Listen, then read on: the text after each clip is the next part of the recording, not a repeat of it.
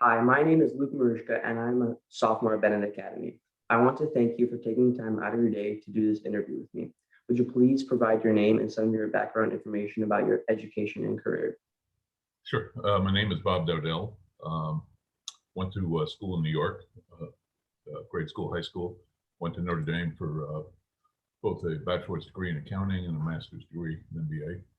Went to work for Price Waterhouse in Chicago for about 8 years, and then a company called Chamberlain out in the Chicago suburbs, Elmhurst, as financial guy, as a controller, CFO.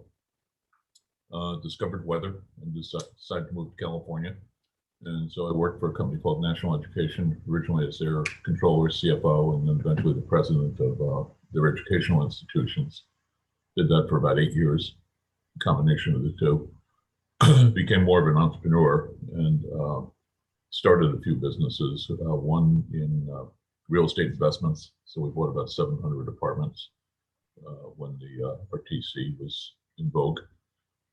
Started a consulting firm, picked up two major clients. One was in retirement homes, and they were in really great financial stress. They had about 100 locations.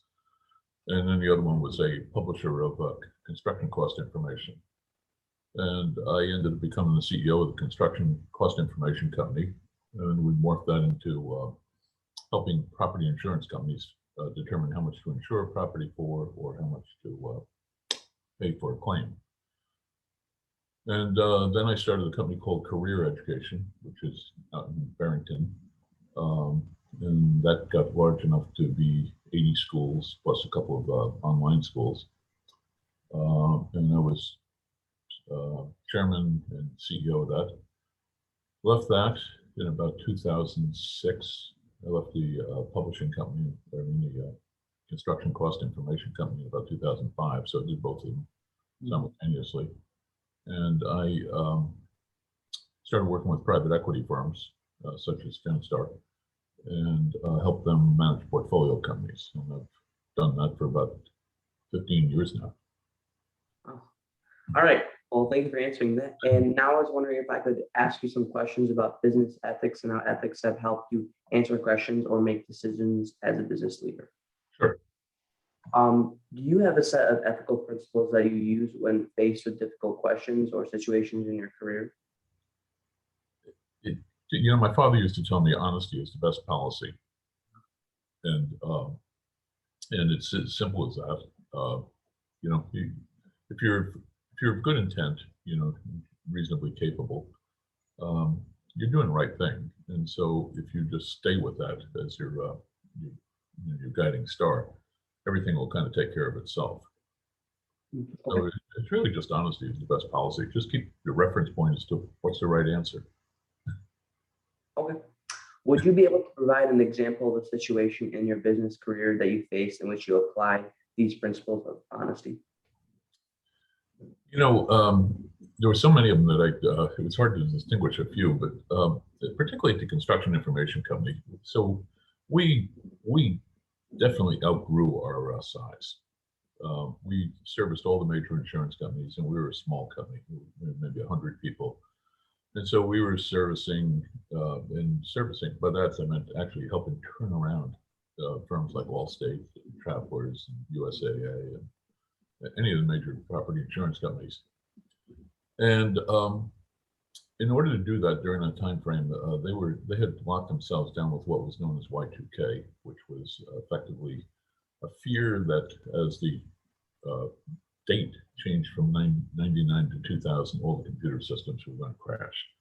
And so all these companies spent about a year or two making their systems airtight just for the date change. And so they couldn't accept any new software, any new anything, because it put too many variables into their world. So we became what is now called an AWS. We really had to make that up on the fly, and we became an analytics company, doing benchmarking for how each of these carriers did against each other else. And there was a lot of ethical questions involved in all that sort of thing, as you kind of read about now. But we encountered those 20 years ago.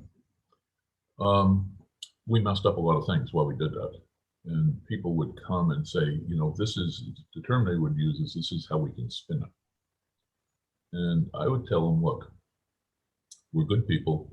We're trying to do the right things. We do make mistakes. Why don't we start from that as a premise? Go tell them that. Okay. So my son's running the company right now, and he had a similar situation, not the same circumstances. And they messed up, no doubt about it. And I'm on the board of the company, and they were going around in circles trying to figure out how to spin this. And I said to him, why don't you just tell the client what happened and what you're going to do about it? And the client, quite frankly, was flabbergasted that they weren't being spun. And so oftentimes you see honesty is almost disarming. People, to me, lying and dishonesty is a developed attribute. Babies don't come up lying. They come up, they say out of the mouths of babes and all that sort of thing, because they have to learn to lie, which is an unfortunate thing, but they all do it. What happens is, as you learn to lie, and you can see this in some small kids, they somehow think they get away with something. And so they start reusing it. It becomes a tool in their toolbox. And they hopefully learn they're not smart enough to actually carry through a lie. So there's too many facets to it. And so they get caught someplace or another. And they learn from it. A lot don't. And that's why you're asking the question. I don't believe people are smart enough to live a lie. But I think as they develop this reinforcement process of short-term versus long-term, they lose their disciplines, and they just, the shortest path is to let's spin this, and the spin really is a lie. Mm-hmm. So sorry I don't have more examples. There's just been so many of them that and it keeps coming back to that. And so all these businesses I described have been very successful. They've screwed up lots of things. And just being honest with your employees, with your customers, whoever's in your constituency, works. And, maybe it's painful in the short term, but it works great in the long term. Okay, thank you. Do you think that any particular business question, decision, or situation represents a difficult ethical issue? Most of Mm-hmm. Yeah, any business decision usually has, so business has 3 or 4 constituents. Okay. It has, usually they try to put the customer at the top of the pyramid. And then you have employees, you have owners, a lot of times you have the government or some other entity involved in the whole thing. So in the education business, you certainly have the government. And your job is to get those people to realize that they need you to have them work in harmony and a synchronized fashion, or none of them fail. But if you listen to the things of restaurants right now, how much should I pay?